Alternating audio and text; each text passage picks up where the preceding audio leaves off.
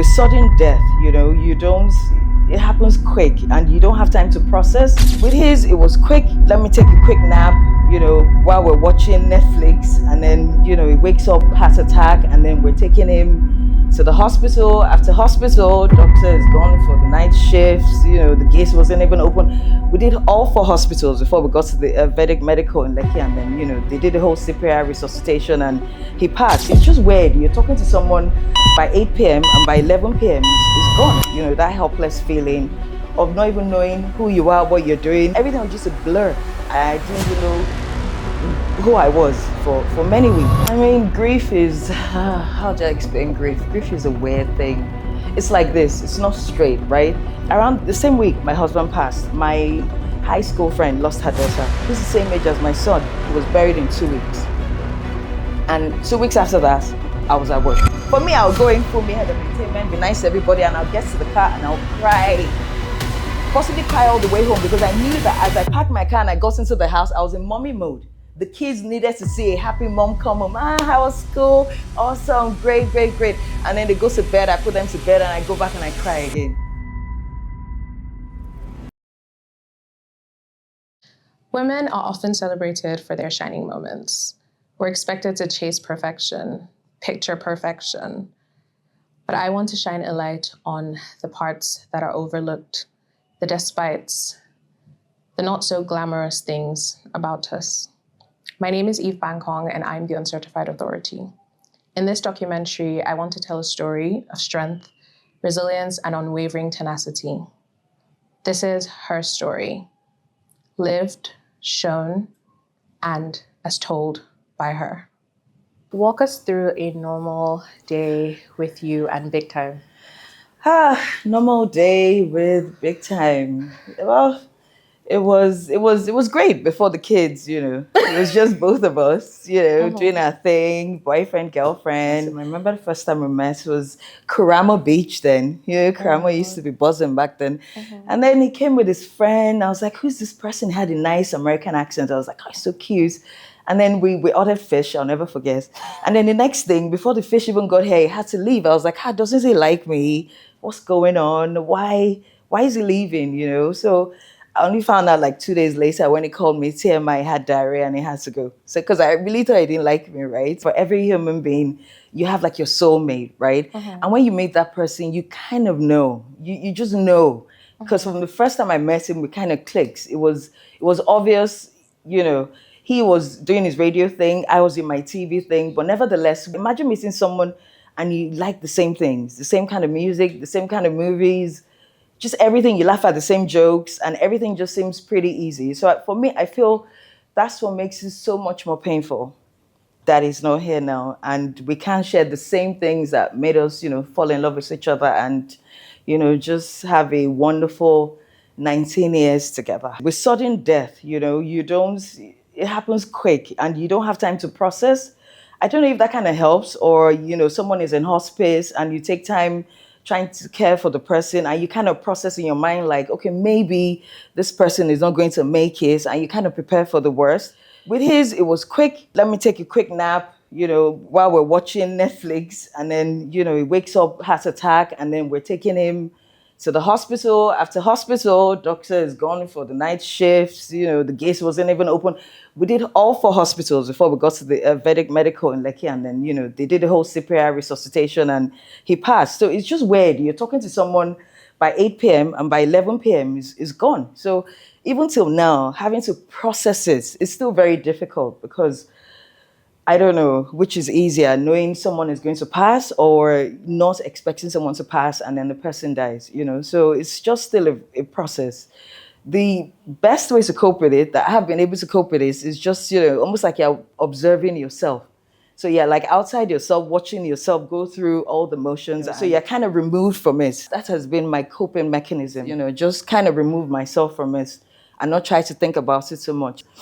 It's just the worst thing. If you really want to go to a dark place and just feel like empty, I'll just cast my mind back there, because I feel those feelings, that helpless feeling of not even knowing who you are, what you're doing. Everything was just a blur. I didn't even know who I was for many weeks. It was just crazy. I would not wish this on my worst enemy. I mean, you have to deal with that. Your husband's death, making his Insta blog, and you're like guessing all the calls, and everybody's speculating what happened, and you honestly can't explain what happened to anyone because you yourself don't know and you're still processing. So I think that part of it made it kind of difficult because here you are trying to work through your pain. I felt like even through my pain, I still had to I still had to act. There were certain things I felt were required of me. And left to me, everybody should have just gone home after the church and left me at the funeral site with my kids alone. Everybody just go. Let me spend time with my husband, But it was just like a carnival. There were people taking pictures, there were video. I'm like, who takes a video at a funeral? Like, who's going to watch that? Like, I'm never going to watch that. The kids are not going to watch that. So it was just a mess. There were people everywhere. There were people hugging me. I don't know. For me, that was the most difficult part because it now became a thing. It became a big thing. Whereas this is a young person that passed. It was a tragedy. I just wish it wasn't that person. It was the best dad, it was the best husband, and he did his job diligently, And I guess people that knew him loved him, So I'll just keep that and just it's life, girl. How did you find the strength to do all that you did? One, you're a mom, so you have to show up for your kids. How did you get by each day? I mean, grief is, how do I explain grief? Grief is a weird thing. It's like this, it's not straight, right? One second you think you're doing good, and then it just takes a song, it just takes a movie, it just takes a smile on my daughter's face because she looks just like my husband. And then I'm just a mess, right? So where do I get my strength from? I think it's a couple of things. First thing is you have to tap into some kind of higher power for you. I don't know what that is for you, God, Allah, the universe. You have to hold on to something because that's the essence of what's keeping me going. My spirituality, my faith in God, knowing that God's got me through anything. And I realized as well, gratitude will get you far. During the same time, around the same week, my husband passed. My high school friend lost her daughter, who's the same age as my son. So it kind of puts it in perspective. I'm like, Jesus, I'm in some kind of pain I think I can't even live through. God forbid it was my child. Like, we'll be talking about something totally different. Like, there's levels to pain. So I don't know, maybe that helps me a bit to process and say, you know what? Adversity happens to everyone. Everybody. There's nobody in the world. At some point, you're going to feel some kind of pain. You can't escape it. So you're not unique in what you're going through. And then I'm a mom as well. So I now have to step it down and be a nurturer. I have two teenagers, which is just the worst. My son is 16. My daughter is 14. So I now have to nurture them. I have to be soft. I have to clean the house. I have to provide for them. I have to build their confidence, let them know that, even if your dad is in here, I got you and we're good and everything will be fine.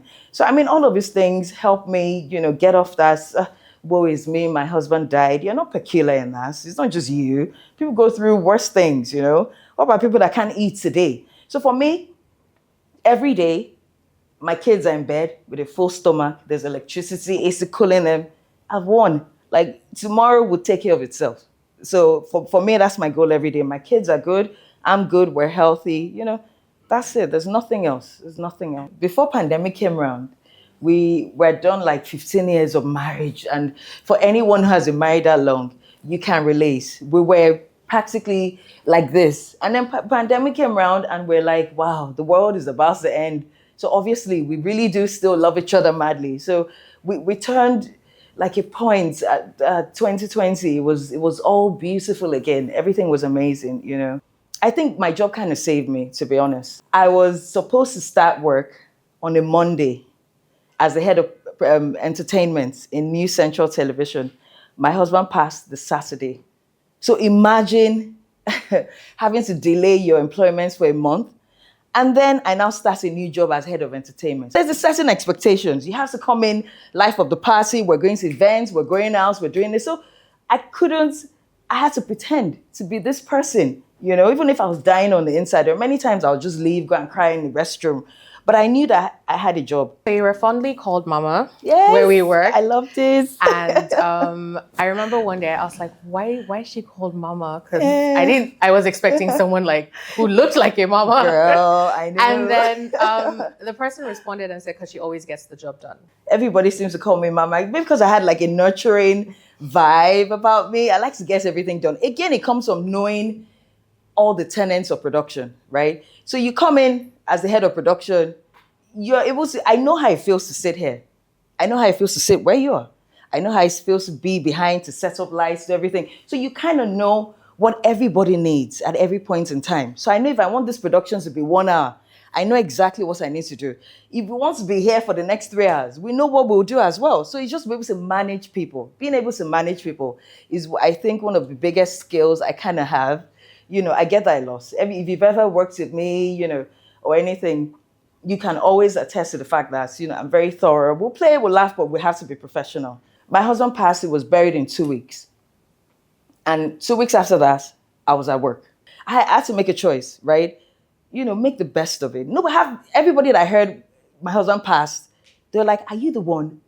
How are you doing this? I'm like, how knows? Well, acting, as real. Life is, a costume party. You can't come with your real face. So for me, I'll go in, Funmi, head of entertainment, be nice to everybody, and I'll get to the car and I'll cry. Possibly cry all the way home, because I knew that as I packed my car and I got into the house, I was in mommy mode. The kids needed to see a happy mom come home. How was school? Awesome, great, great, great. And then they go to bed, I put them to bed, and I go back and I cry again. And then I have to wake up the next morning, I have to go to work again and be this functional person who's just great and doesn't have mental health problems. I think my work ethic really, really helps, and it really helps me still maintain this person, my essence. Because imagine if I lose my essence, I've lost my energy and there's nothing left. I was able to focus on revamping my company, trying to get things done for myself, because I now realized I was by myself. I just had to keep things going. Nothing had to stop. The money couldn't stop. I needed to be this person to be able to achieve my set goals and feed my family. I've never really lost anybody close to me. My mom is still alive. My dad is still alive. My sisters and brothers are all still alive and well, thank God. So it was a really, really big shock for me. I'd never had anybody so close to me pass like that, apart from my best friend. And that was lots of years ago. And I thought I wasn't going to survive that. But this one was was too much. One thing that is so certain on this earth, more than anything, is death. But we don't talk about it enough because there's a taboo surrounding it. It's almost like you don't talk about dying. But I wish we would talk about it a lot more. There are certain cultures where they have a dead body. They kind of celebrate you because they kind of feel like, oh, great, you made it out. You've gone to a better place. I don't know how widowers do it because you just think every widow is old.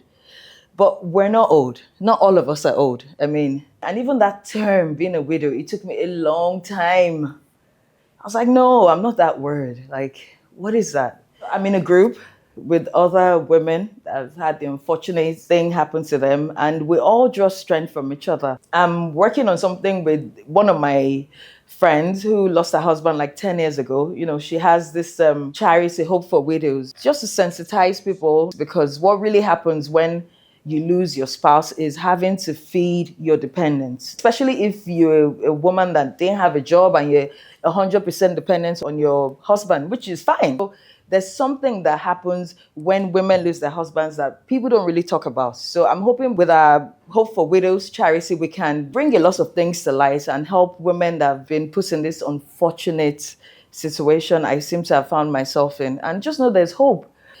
I didn't expect that at my age now I'll be husbandless. Like, life just throws stuff at you. My entire life, I've always wanted to be someone who contributed to something, just be a part of something amazing.